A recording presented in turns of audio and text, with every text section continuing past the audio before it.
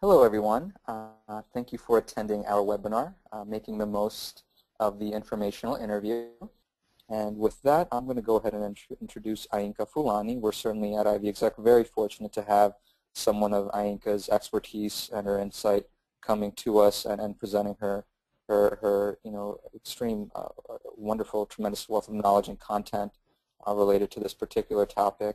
And just to give you a quick overview and introduction to Ainka, she is the owner of Breakthrough, and in this capacity she runs workshops, facilitates teams and coaches through one-on-one supporting professional and personal well-being sessions.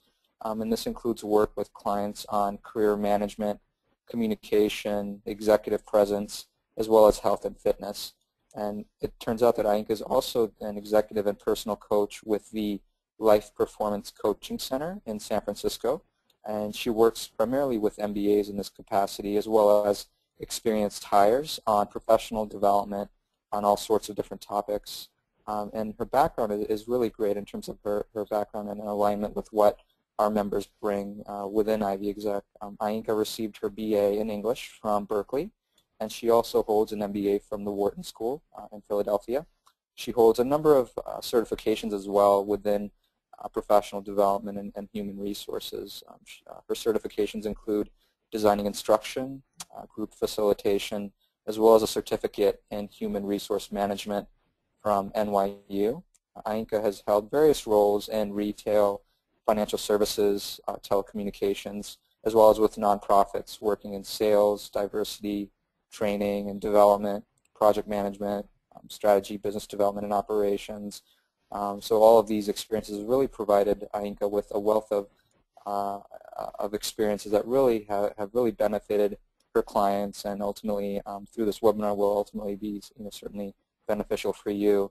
And so with that, Ainka, I'll go ahead and hand it over to you to begin the presentation. Great. Thank you, Alex, and welcome to all.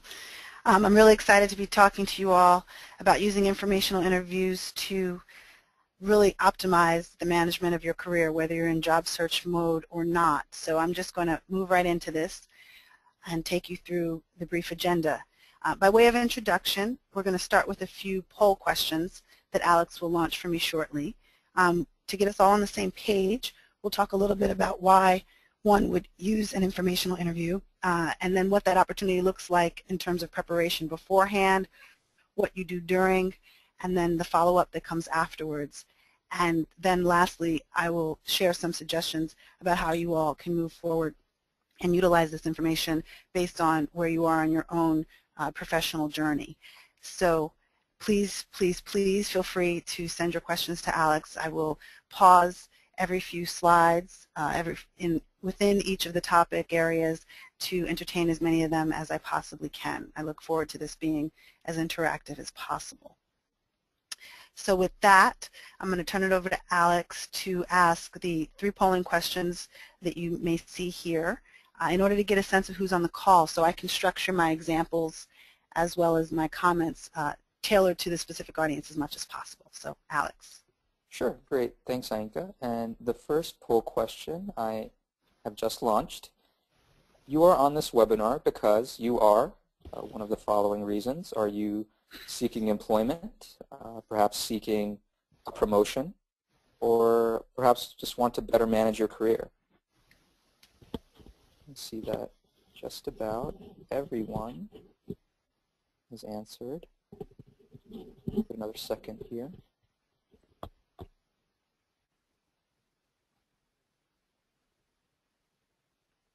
Great. I know, Ainka, I don't think you can see the results of the poll question, but it turns out that 85% of our attendees today are seeking employment, 5% are seeking a promotion, and then 10% are interested in wanting to better manage their career. Great, thank you.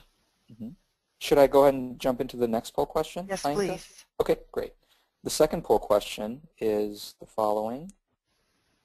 You are currently one of the 4 options in terms of your employment status. Are you currently employed and seeking opportunities, or are you perhaps employed, currently not seeking opportunities? Perhaps you are unemployed and are actively looking for new opportunities, or perhaps you're currently unemployed but just preparing to begin your job search.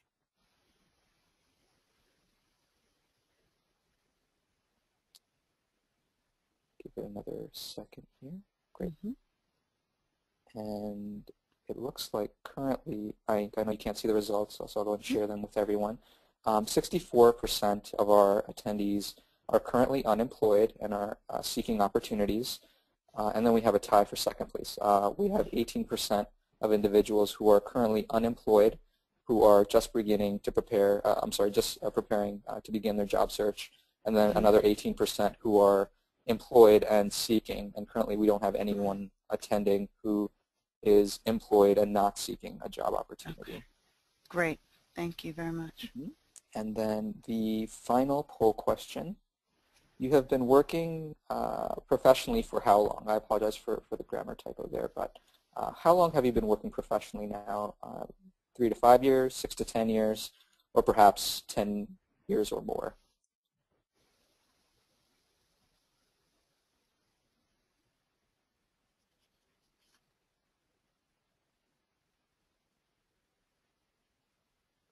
Looks like everyone's submitted their answers. And currently we have 54% of our attendees who have 10 years or more of work experience. 35% of our attendees have 6 to 10, and then 11% with 3 to 5 years of work experience. Great. Thank you very much for this, Alex. This helps. Sure. Great. Very much. And thank you all for answering these questions for me. Okay, so let's launch on in. I don't want to make any assumptions that we are all thinking about informational interviewing the same way. And I guess I have a very basic definition of it, and I wanted to make sure I shared that with you all. The purpose really is to gain knowledge that we don't have from someone who knows more than we do in regards to a particular topic. And I think very traditionally we think of, if we're looking for a job, we might be talking to someone who works in that function or in that industry or at that company. More broadly, I don't see as many people utilize this in terms of looking at a field of interest.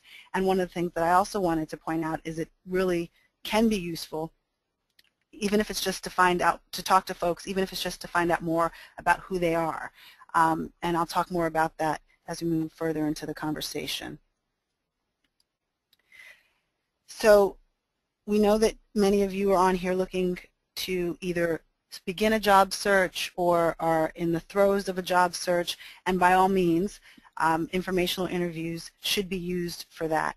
But I want to make sure that I also share and point out that this is helpful to overall career management, because let's assume that very shortly you'll be in that new role and you want to position yourself for future engagements, whether it's the next job search or for planning a transition or a promotion in the future, so that you are well positioned in the best possible manner. People can use informational interviews, I think, very obviously to help in the decision process, but very often people don't. I think there's an assumption that one has to be crystal clear and have all the answers and have all the polish ready, if you will, on what their next step will be before they go out and talk to others in terms of that gaining information process. I'm here to suggest that it is extremely important and just as acceptable to use these opportunities as a piece of your exploration. That people are willing and very interested more often than not in talking to you as you are thinking about moving into a particular industry or exploring the possibility, if you will, at looking at a smaller versus a larger organization, for example. And as long as you're presenting yourself in such a way where you're demonstrating the confidence in your ability, seriousness and enthusiasm in the kind of information that you're seeking, people are very, very open, I have found, to talking to those who aren't 100% sure or written in blood that they're going in one particular direction versus another. The other way in which informational interviews can be extremely helpful, and I'll just touch on this briefly given the breakdown of the folks on the call, is understanding an opportunity within your organization before you decide necessarily to move out of it. It might be that you've been asked to consider taking on a new assignment. It might be that you're looking for that either lateral move or promotion within your organization. And very rarely do people do the internal due diligence to talk to as many people as possible, those in charge or those that they may be working with, in order to get a sense of whether or not the project and the people involved in that opportunity would present them a situation that optimizes what they have to give. So I want to also encourage you to use informational interviews in that regard. And then the last two items that I've mentioned here, finding mentors and building your network. Again, this may occur more often when you are sitting in a job, not necessarily seeking, but how wonderful it would be is if you utilize this when you don't need something, if you will, to position yourself better so that when you are in a position of looking, there's already people out there who have helped you define and discern what it is that you want to do in both the short and the long term, who are now out there as your advocates, your eyes and ears, and can also help you when that search is upon you. So finding advisors, finding those people that you click with, understanding who those people are, who you can ask quote-unquote stupid questions, or finding those people who you might want to ask more technical questions of versus those that you want to ask more personally motivated professional questions. You can do that before you've actually come to a juncture where you need that help. So going out and talking to folks, getting to know them better, understanding their career path, to see what they have to offer you by way of advice can be very useful. And then in terms of growing your brand and establishing your reputation, especially when folks are in transition, again, I think it is useful to go out and talk to folks and share with them where you are in the process. And as long as you're keeping people informed all along the way, then again, they are better positioned to be advocates on your behalf. When opportunities come across their desk, they may have you more top of mind. But if you're waiting until you are only 100% sure of making a pursuit of something, some of those opportunities might pass you by.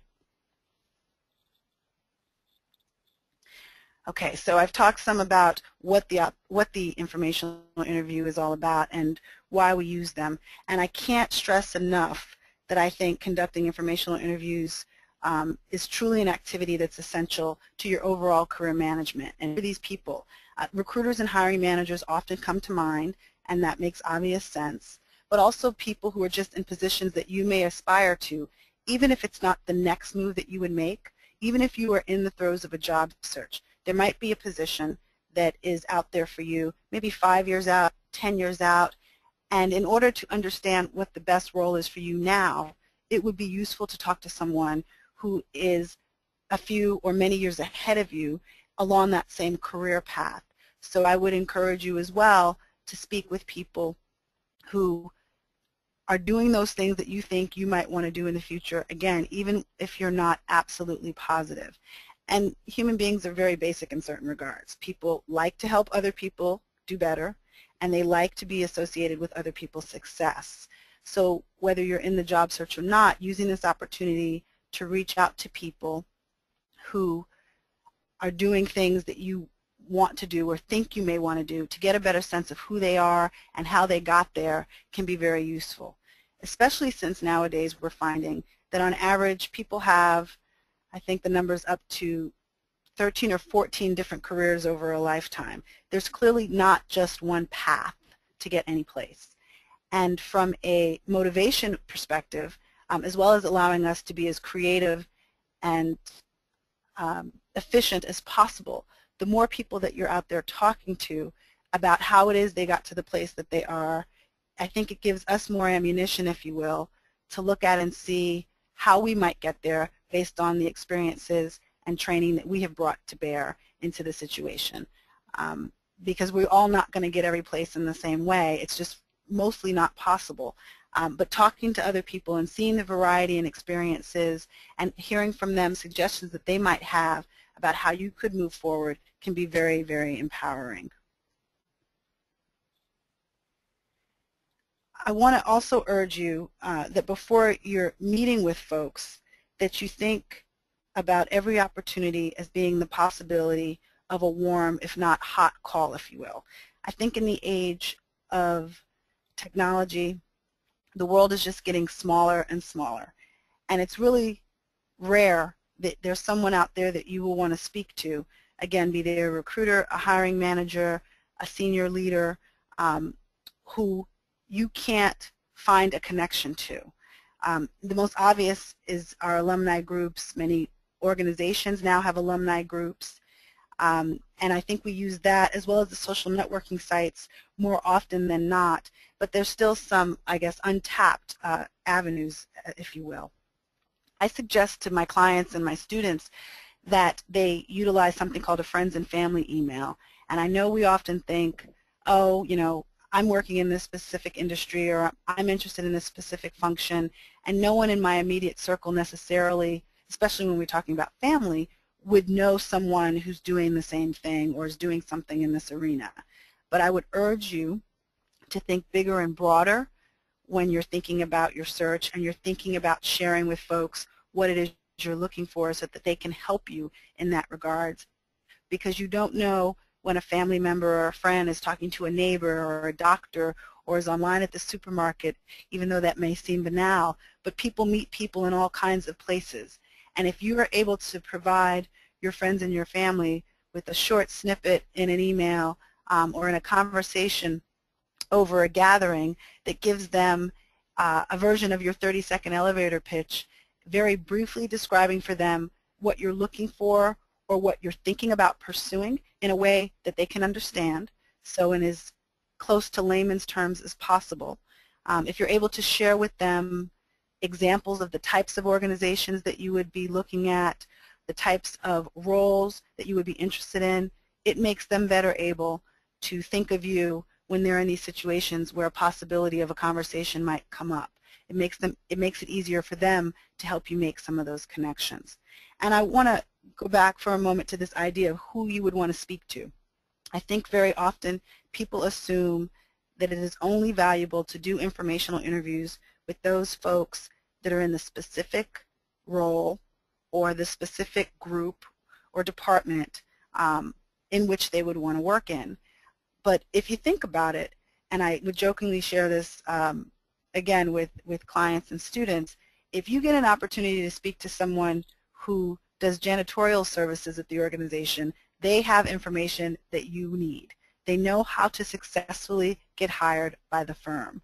And I say this somewhat tongue-in-cheek, but honestly, if you get an in and have a conversation with someone there and are able to better ascertain what the overall interview process might be like, how many rounds it generally takes, and have them be impressed upon by what you have to share with them, you'll have more information when you go on to the next person. And I think we all know at this point that everyone you speak to, you would ask for a referral to speak to someone else.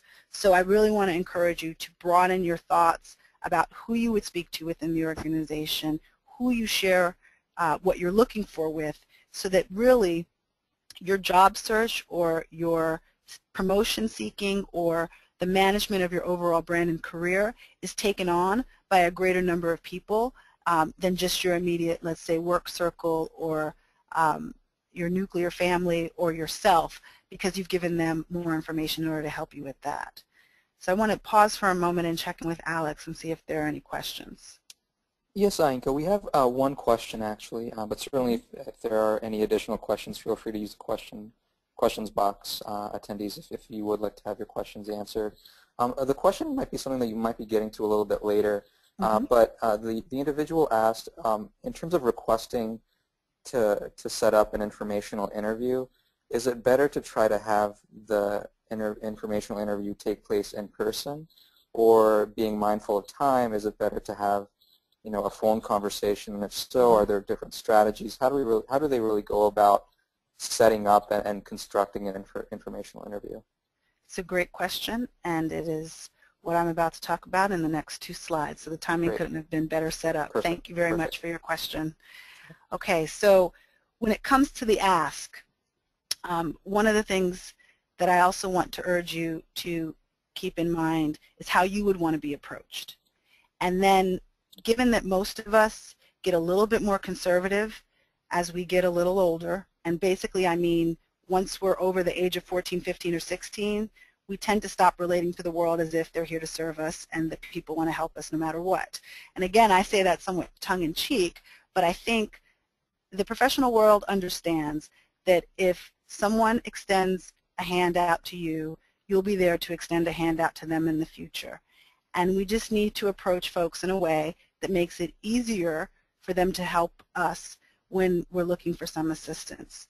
So one of the things that often, or let me put this in the positive frame, one of the things that makes it possible for people to be more responsive to your outreach is for you to think about brevity, clarity, accuracy, letting them know who you are very early on in the correspondence, very briefly, letting them know, again, if you are sure that you're on a certain path or you're exploring a particular path, letting them know if you were referred to them by someone else.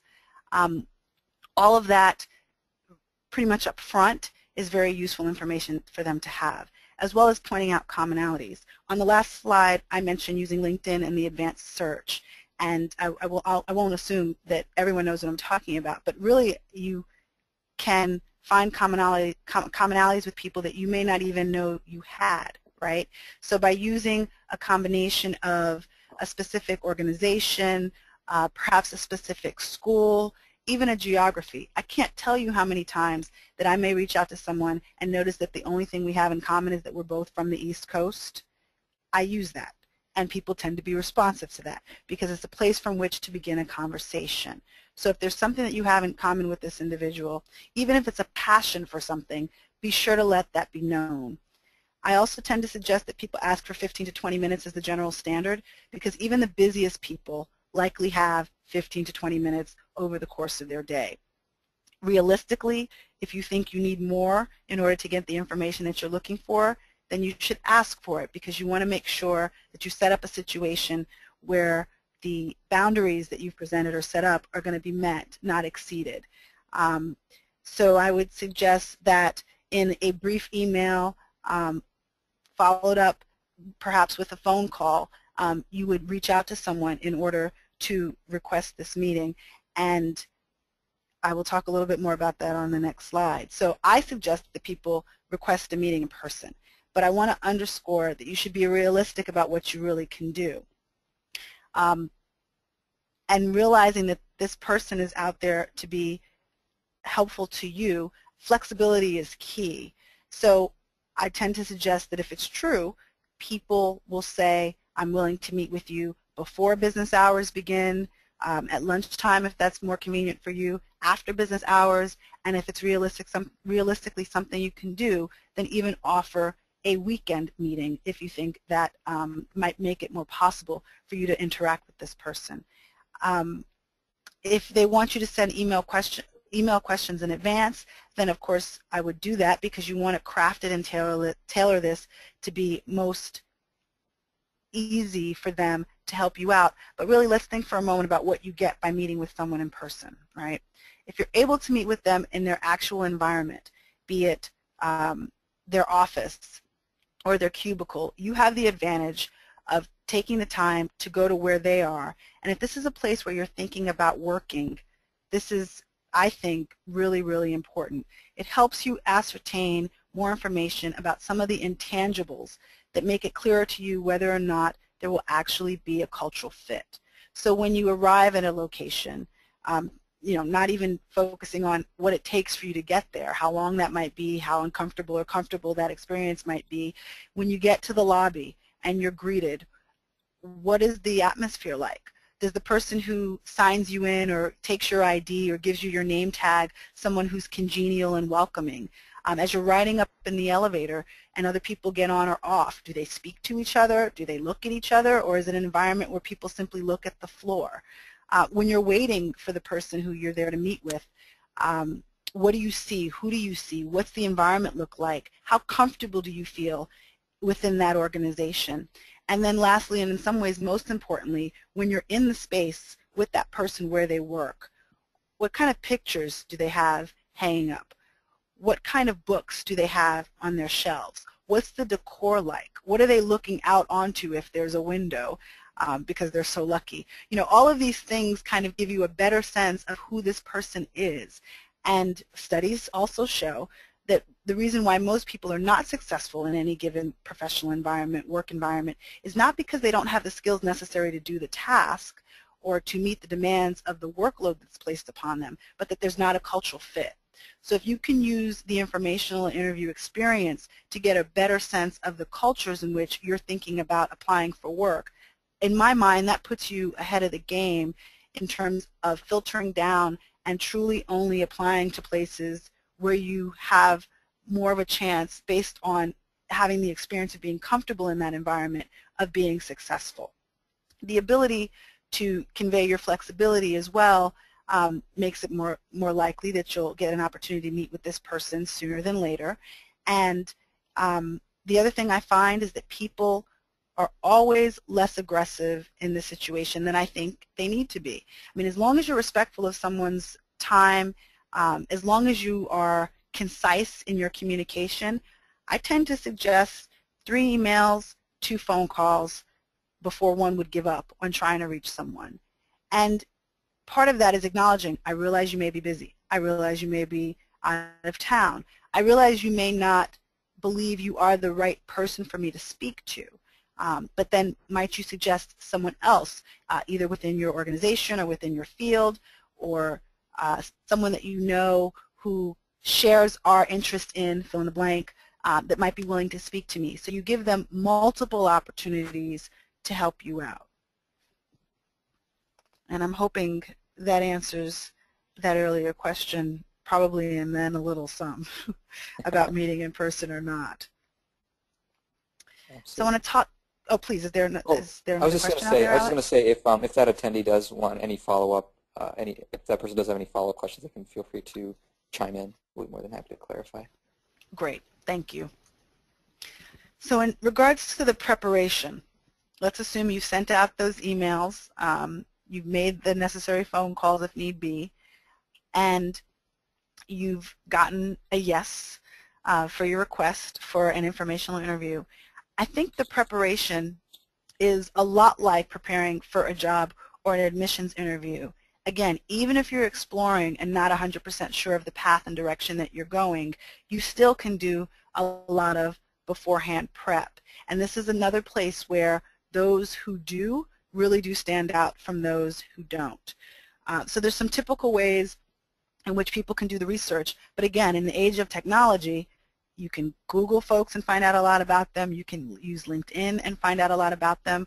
I find that often people skip even just looking at the organization's website to find out more about how the organization describes those people that they hire, or those people that they promote, or those people that are successful within that organization. And that would also tell you more about who this person is that you're going to speak to, and by extension tell you more about this organization that you're perhaps trying to find out more about.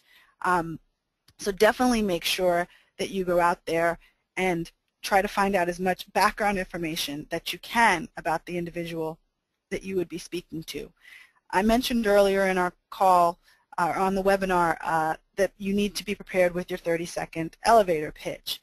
And yes, it makes sense to have a 30-second version, about a 1 to 2 minute version, and a 5-minute version, because depending on who you're talking to, you may have to fill in more time than not, or they may be looking for more detail than not, but you never really know. So make sure that your presentation starts out brief and concise, again reminding them when you're there who you are, so be prepared to do that, and reminding them again when you're there why it is that you wanted to speak to them. Do not make the assumption that you simply sent them an email or you spoke to them on the phone, so they're going to remember everything that you discussed. Dressing the part is a piece that, with all due respect to California as well, I sometimes think people forget, because especially in Silicon Valley, it's a very casual and relaxed environment in many ways. But you're looking to impress upon someone that they will now be someone who goes out there and advocates for you.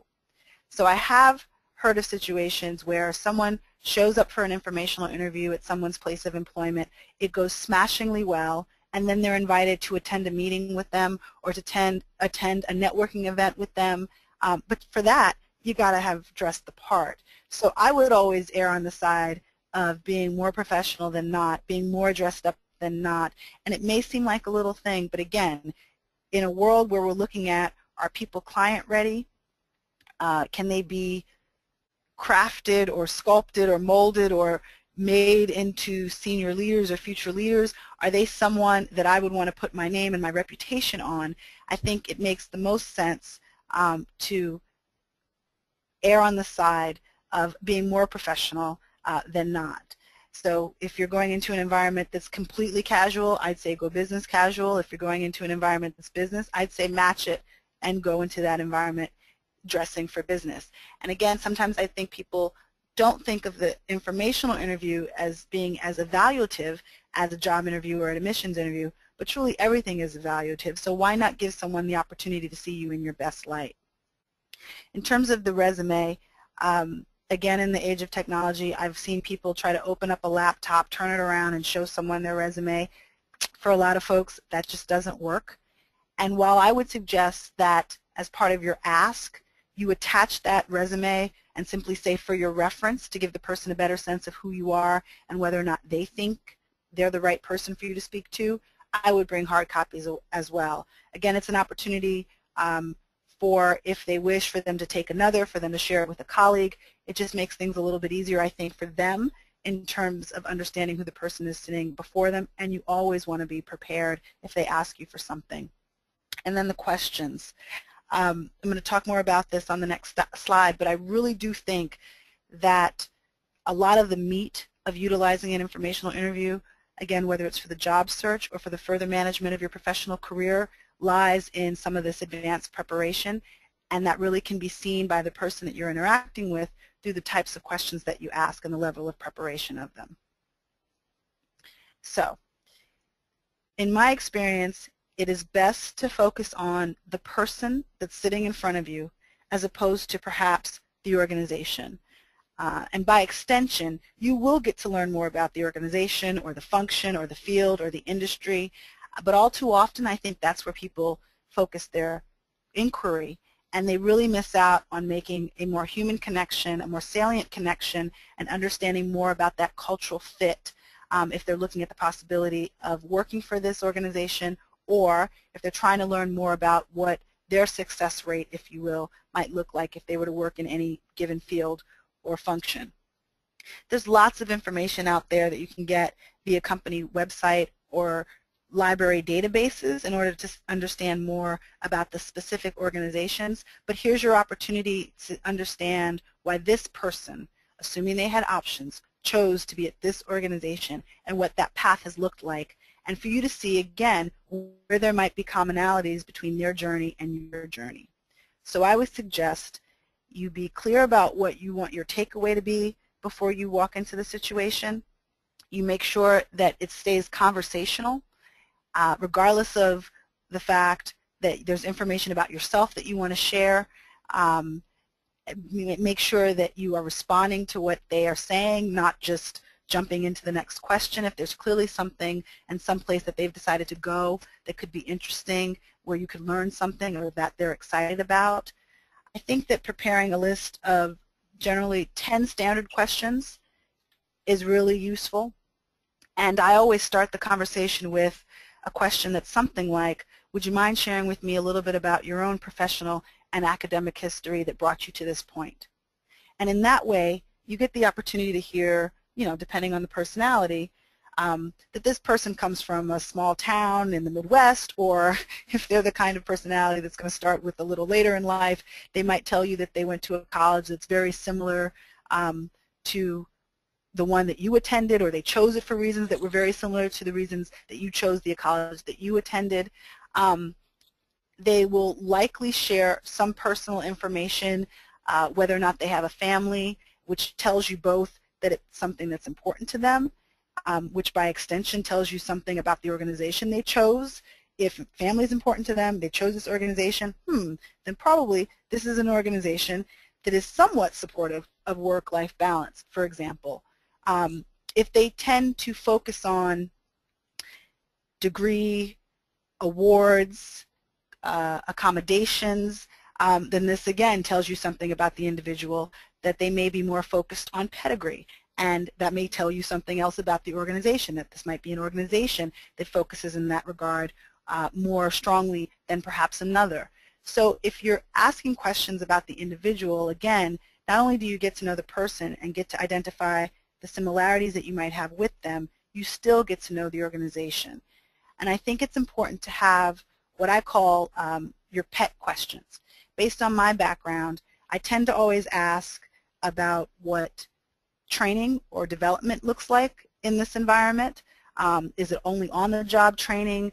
Is there the opportunity for tuition reimbursement or continuing ed? Do people attend conferences, seminars? How is that looked upon? Is there much information sharing across divisions and across departments? What has been that person's experience with those types of things? It also allows me the opportunity to see if what I've read about or heard about as an outsider about the organization jives with what the person's experience is as an insider.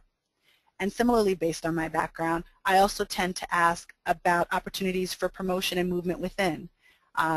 Some of this you'll get, again, if you've done your due diligence and looked at who the senior leaders are, looked at who's on the board to get a sense of do people all have very similar backgrounds or do they have diversity of backgrounds? And where do you fall into that? You know, are you more like those people or not? But again, it gives you an opportunity to hear from an insider what that experience is like versus what the marketing information might be that's out there about this organization that they're really putting out there to attract people like you. And where there's more of a congruence between the person's experience and what you've seen or read or heard about the organization, I think that's very telling in helping you assess whether or not it's the right place for you. So I'm going to pause again and ask Alex if there's any questions out there. Yeah, we actually have a couple, and a couple of them are very similar and kind of focus on the entire kind of resume drop, if you will, and kind of when's the right time to drop that resume and not have it be awkward. A couple kind of components to that question. One individual kind of asked, well, you know, they're looking to see if they could maybe provide the resume as a follow-up. Is that something that you would advise perhaps as a follow-up in an email? Another question that came up was, well, what are the actual rules of thumb in making the call as to whether or not the resume should be kind of actively provided by the interviewee, or in their case, they were informed that, you know, it's more advisable not to share the resume unless the person that you set up the meeting with actually requests it directly. Any thoughts on those couple components to the resume sharing? Yes, thank you, Alex. I think those are good questions. So my rule of thumb when one is asking for the opportunity for an informational interview, I think you attach the resume.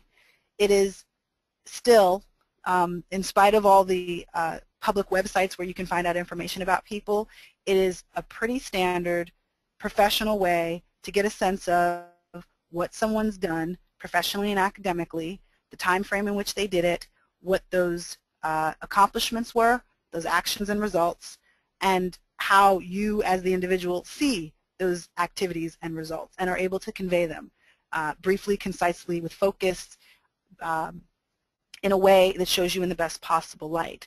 So, you know, let me also be clear, I'm not suggesting that someone provide a CV, which is everything that you've ever done professionally for your entire life, if this turns out to be 3 pages or so. But a 1-page or even perhaps a 2-page, if you're more seasoned, resume that you include with that initial outreach. And again, with a statement that's pretty much verbatim, I've attached my resume for your reference, makes it clear that the person has the option of looking at it or not looking at it. But I'll tell you, most people, before they say yes or even no, but again, I think most people will say yes if you've set up parameters that they feel that they can fulfill. Before someone will say yes, they want to know who it is that is making the request. And yes, they could Google you, and yes, they could go to your LinkedIn profile, but the reality is that the resume is pretty standard, very functional in many ways. People know how to read it. People know what they're looking for. So if it's attached at the end of that email request, it gives someone a quick and easy, fast and dirty way to take a glance through, see where you worked, see where you went to school, see what kinds of roles you've had, and decide if they think they're the right person to possibly help you out. In terms of when you're in that room with that person, I am suggesting that you have a hard copy, but, you know, I would take the cue from the person that you're speaking to. So as you literally walk in, thank them again for their time, have a seat, and begin to share with them in your 30-second elevator pitch why it is you're there, what it is you've come to talk to them about, a little bit about who you are, and why you're so excited and thankful that they've given you this opportunity. You can say, I have a copy of my resume if you would like, to help facilitate this conversation with more ease. And they will say yes or no. Some will say, oh, I don't need it. Some will say, oh, I have it right here. I printed it out from what you sent me. And others will say, great, because we know that those personalities out there that may have read it when you sent it, may have even printed it with the intent of having it in front of them when you were present, but didn't quite get it at that point. So the fact that you have it ready and able to hand to them at that point, again, shows you're like that Boy Scout, always prepared. Think that answers the question? Alex, given so. that you have Yeah, a couple? yeah. Okay. Absolutely, absolutely. Okay, great. Thank you. Okay, so we've already started talking some about the conversation.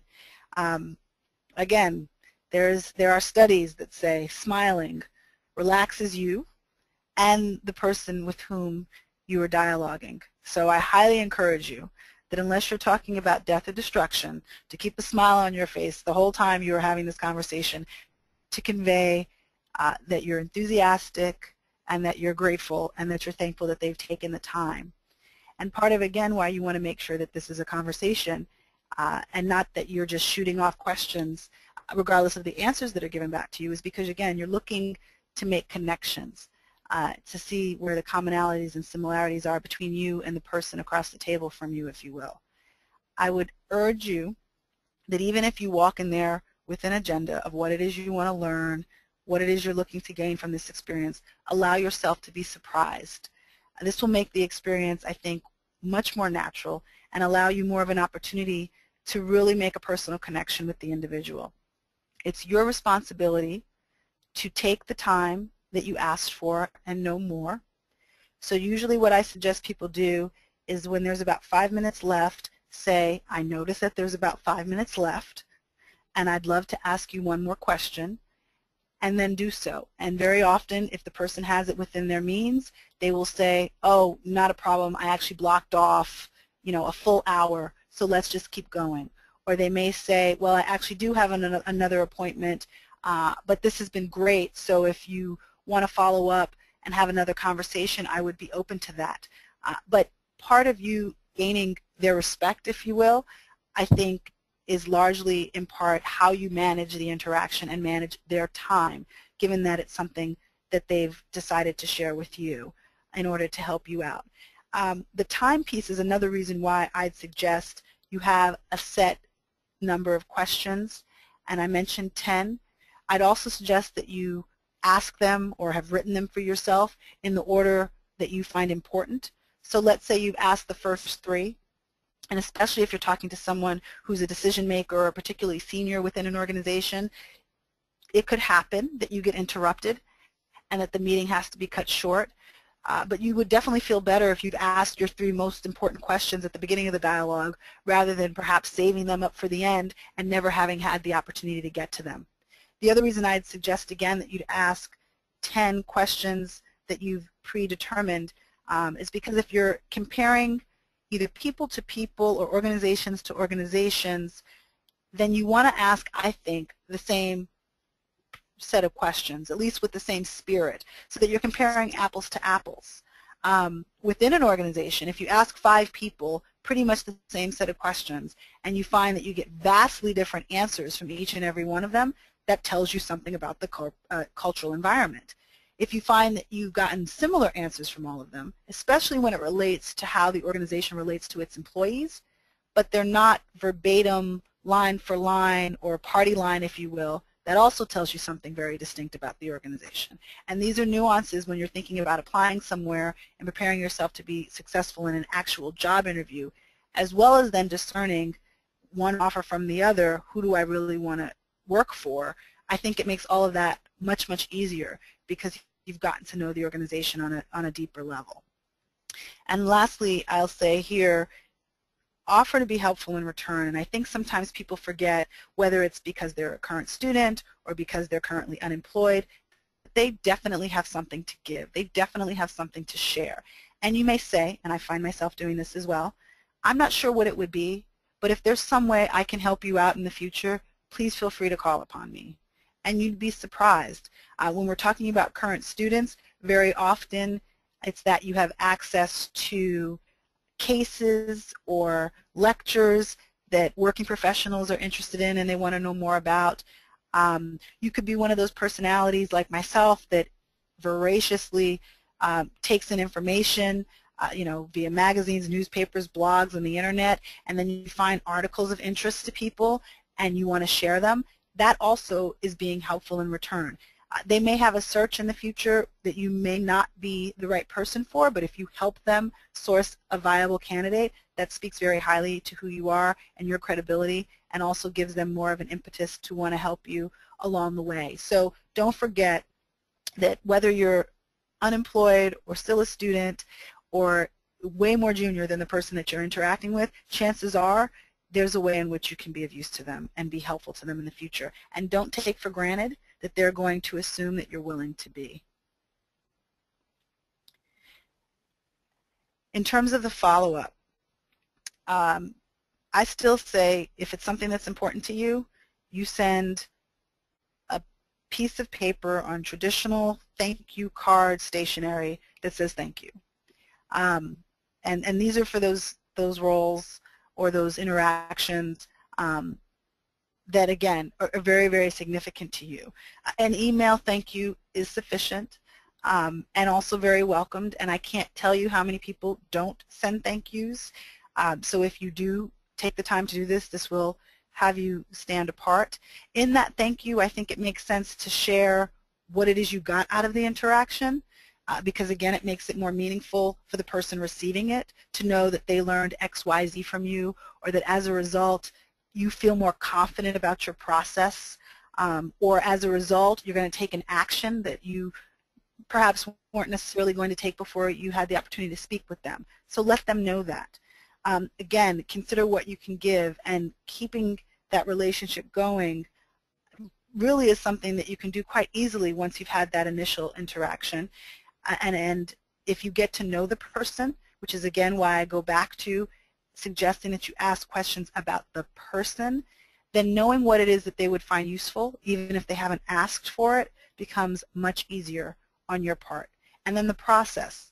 I've oftentimes seen people not share what they did as the result of the information that they were given, or if they were successfully able to take the interaction or a referral that they received and turn that into a job interview.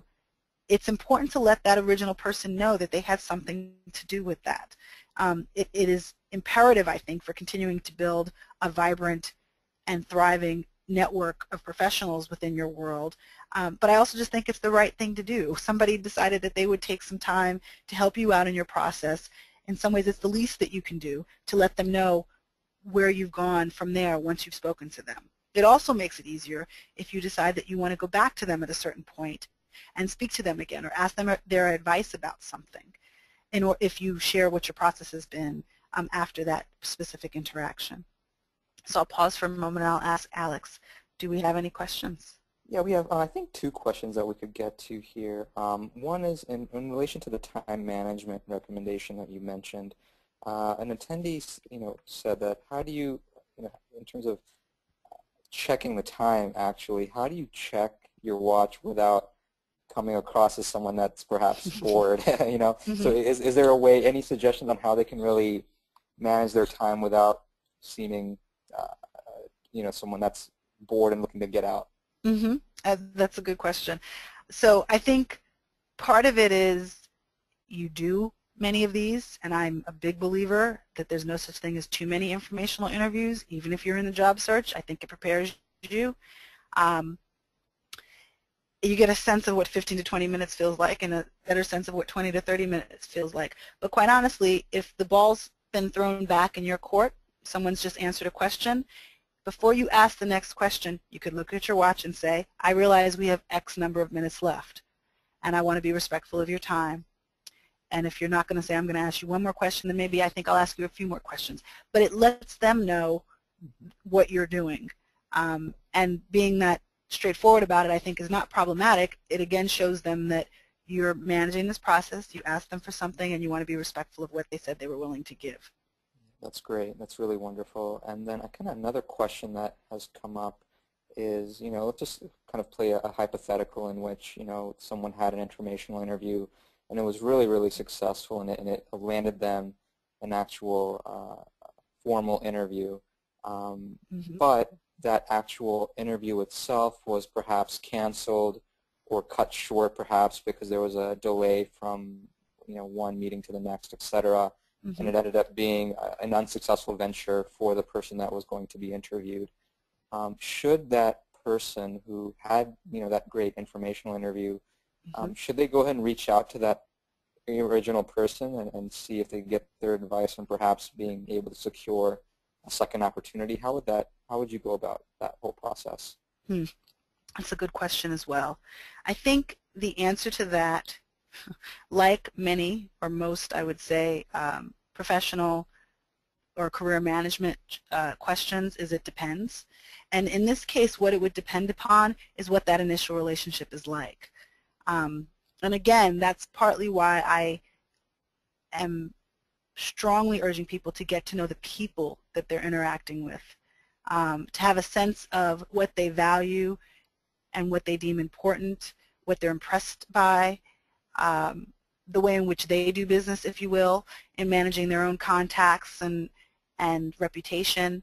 If it's been a positive interaction all along the way, and you're able to maintain enthusiasm and poise, and again, thank the person for the opportunity and the referral that led to a true job interview, letting them know that due to circumstances beyond your control, or perhaps without being in anyone's control, it didn't quite play out as planned, but you're still very much enthusiastically interested and serious in the organization, and wanted to know if they'd have any suggestions about how to move forward, or if based on prior dialogues you think it's appropriate, ask them if they think there's anyone else you should speak to most immediately in regards to that specific role.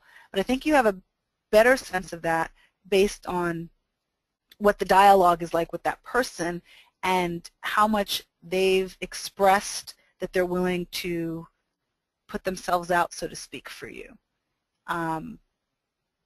And if it's not really clear because you feel like you've had an interaction that was polite but perhaps neutral versus being warm, then I'd ask. I think you always ask.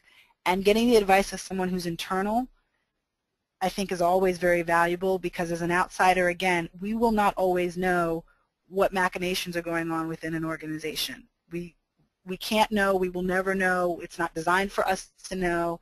But even asking the question, even if the person comes back to you and says, I'm not privy to that information, or I don't have that kind of power, or I'm not able at this time for whatever reason to further affect your process, I think it's still worth the ask. And this, again, I think is a way in which we all could use being a little bit more aggressive in our professional lives than we tend to be as we get more experienced. Great, wonderful, thank you. Great. So one of these questions reminded me and many people already know this statistic, but it's something like 75–77% of people get their jobs from networking, as opposed to dropping a resume via an online posting, or even the very few and far between newspaper postings that still exist.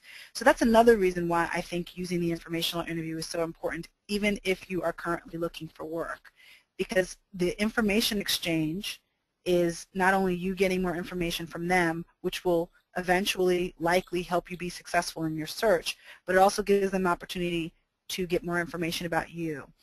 And if you've gone through your elevator pitch and talking about what you're interested in, and talking about what you're exploring, and getting to the point where you're pretty certain you're going after something again and again and again and again and again, in an evaluative but relatively safe environment of an informational interview, by the time you actually get to doing job interviews, it's like rolling off your tongue. You are so well versed in describing with excitement and enthusiasm who you are, what you're about, and what you're going after, a lot of the anxiety that's usually around the job search no longer exists, or the interview process no longer exists. So that's another reason I want to make sure I share with you all that I think these are so important.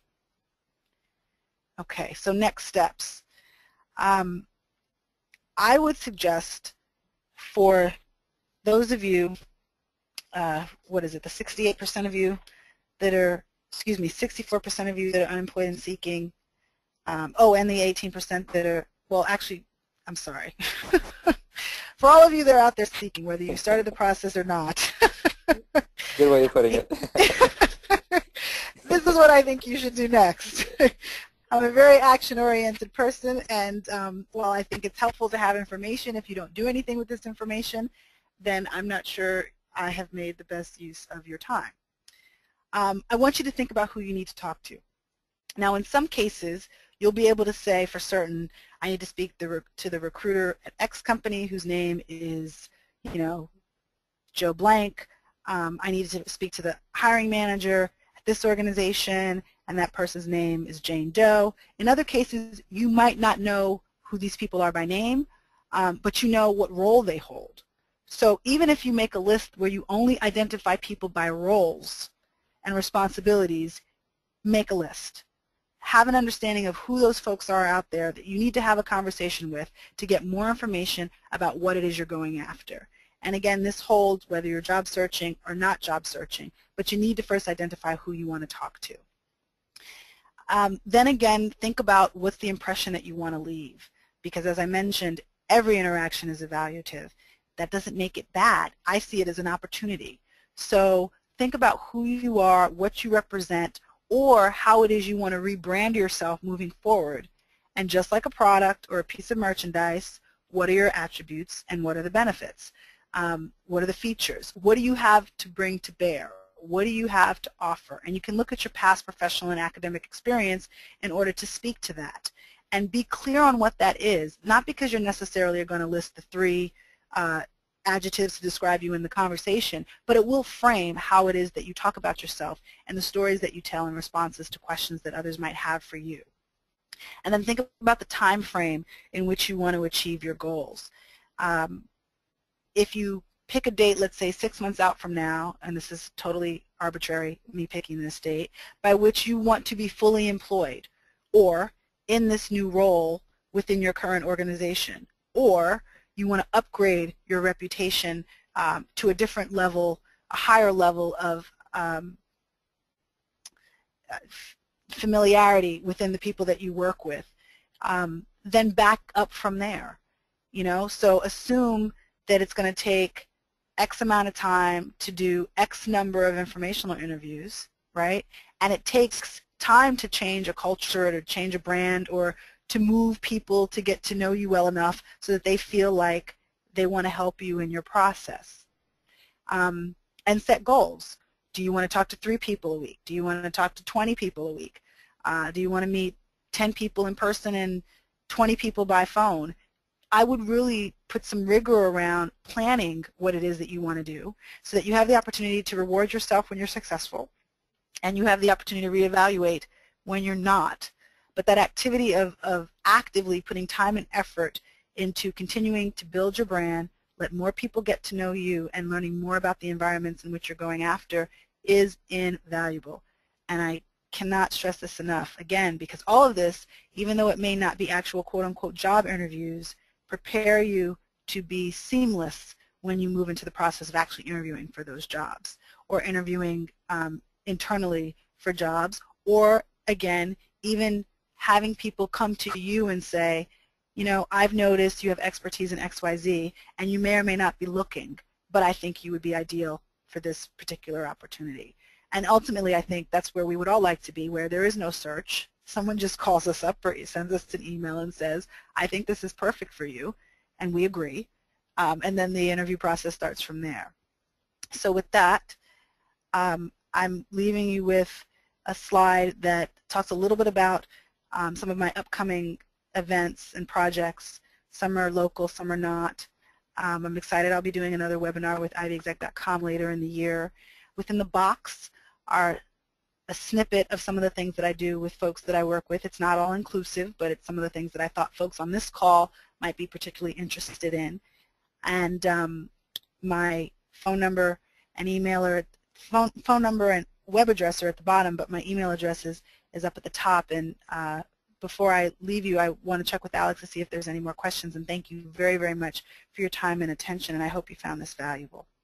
Great. Well, thank you so much, Ainka. I know we're a little over time, but we have quite a few questions. And then, if it's okay with you, perhaps we can go through 2 questions. And then I will, recommend those of you who did submit your questions that we don't get to. Definitely feel free to follow up with Ainka over email through her website. Her phone number is available to you as well. She was kind enough to provide that.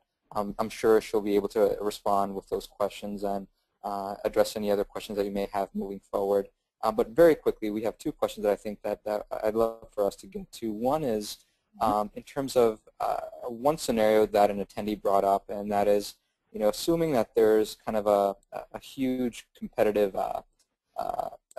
component to a particular job position, and this individual really wants to be positioned very well for this particular job opportunity, and as a result, they've scheduled perhaps 1 or more informational interviews. How can they best maximize that informational interview such that it really does come across that they are interested in the opportunity, but in a way they're not overselling themselves too much or being perhaps too aggressive in kind of illustrating their interest in the position? How would you, Ainka, would you make any specific recommendations for such a scenario? If I'm understanding the question correctly, this person's concerned with overselling themselves. In a way, kind of, they don't want to jeopardize the opportunity to land the job interview by perhaps overdoing or perhaps being too over, in a way, over pitching themselves during the informational interview. Okay, so I guess there's 2 ways I want to answer that question. In general, I've never seen any such thing as too much enthusiasm about a job.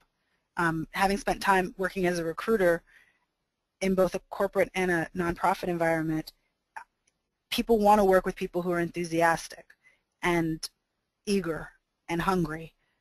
I think that's true everywhere, and then it's just a matter of how that's framed or presented. So if we're specifically talking about the informational interview, again, I think while this is an opportunity to create a brand image for yourself, if you will, and hopefully get someone on board who's going to help you out in the process, it really is about you gaining information. So you're asking more questions than you are pitching. I mean, that's not what the intent of the conversation is about. By the way in which you set up and ask for the informational, by your level of preparation when you get there, which is demonstrated in the types of questions that you ask, as well as management of the time, and the professionalism that you show, and the way in which you follow up, to me, that's all your pitch. That's how you're presenting yourself. But really, in the actual conversation, you're asking this person questions about their process by way of informing how you can be better prepared for your process. So if you think about it that way, the ratio of speak should be more them than you. So there's not really a lot of room for the overselling. And if we're talking about the specific content of the dialogue, if you're talking about true accomplishments, feelings, passions, results, then to me, there's no overselling in that. In some ways, you're sharing facts. And if they're in the context of the conversation that you're having, as opposed to you reaching out and kind of going off on a tangent just to let them know that you were a top performing salesperson, for example, somewhere, that will seem disjointed. But if in the midst of the dialogue, the person mentions something that they value, that they very rarely see in people, but you have the skill or you've had the experience, then by all means I would share that as by way of you both getting to know each other a little better. Great, wonderful, wonderful. That was really helpful. And then one final question, and we'll wrap it up. Do you have any suggestions for individuals who have, they're really interested in setting up an informational interview with a particular contact? They have not really heard back from that individual. do you have any recommendations on the follow-up process someone should take in order to kind of secure that informational interview? Particularly, how long should they wait? Should it be several weeks before they follow up again? You had mentioned a couple of numbers in terms of how many emails, how many phone calls you should attempt. Any more color on that whole process? Yes, and again, I think that's a great question. So I tend to say three emails, and 2 phone calls. I also think it's useful in those emails to say how long you feel comfortable waiting until you follow up with them. So perhaps in an email it might say at the end, knowing that you're very busy, if I don't hear back from you within the next 5 to 10 days or 7 to 10 business days or 2 weeks or 1 week, I don't think there really is a standard definition on that, but I think given how busy folks are in the world, that if you give them at least 5 business days, that probably makes the most sense. Letting them know you'll email them again. If it's the 3rd email, you might end it by saying, recognizing that you're very busy and you may not have seen the multiple emails that I've sent. It might be better for you if I call you. So if you have a number, then I would say, so then I will plan to do that if I don't hear from you within the next week. So that's an opportunity for you to also share with them what you're thinking is, your time frame, your process. And if you really do want to speak to them within a certain amount of time because you have a deadline, I would share that information with them. And never assume that you don't hear back from someone because of you. I mean, I just think it's most useful because we don't know what's going on in people's lives. And I know when I was recruiting, I had a student say to me on campus once, I called you and you never got back to me. And they said, I said, well, how many times did you call? And they said, once. And I said, well, then you didn't really want to talk to me. I'm responsible for like 100 schools and thousands of students, and I'm on the road, 9 months out of a given year. I'm sure that I just overlooked it by accident and I would have wanted to speak to you. So you have to think, I think, about that, the other person's position, if you will, the demands on their time. And as long as you're professional and brief and courteous, I think you can be a little bit more aggressive than what many of us normally would be. Wonderful, and I think that was a really great kind of point to kind of close off on the webinar. On behalf of Ivy Exec, I really want to thank Ainka for taking out her time. Certainly having her own company requires quite a bit of a time commitment, and so any time that you can share with us is really greatly appreciated. And on a personal note, it's really been a pleasure working with you, Ainka, and we're certainly very, very excited about the November webinar that's coming up. And just to kind of close off for all of our attendees, we're certainly very thankful of having you attend our webinars over the past several months, and this one in particular tonight. We will be following up with the full recording, both the audio and the visual, for everyone that has signed up for the webinar. So be on the lookout for that email from us. And as I mentioned to you, and as Ainka has graciously mentioned, if you do have any follow-up questions and would like to connect with Ainka, she's provided her email address as well as her website, as well as her phone number. And we'll be sure to include that information in our follow-up email to you as well. And so with that, I want to thank everyone for attending, and we look forward to seeing everyone on the next webinar. Thank you, everyone. Thank you so much, Alex.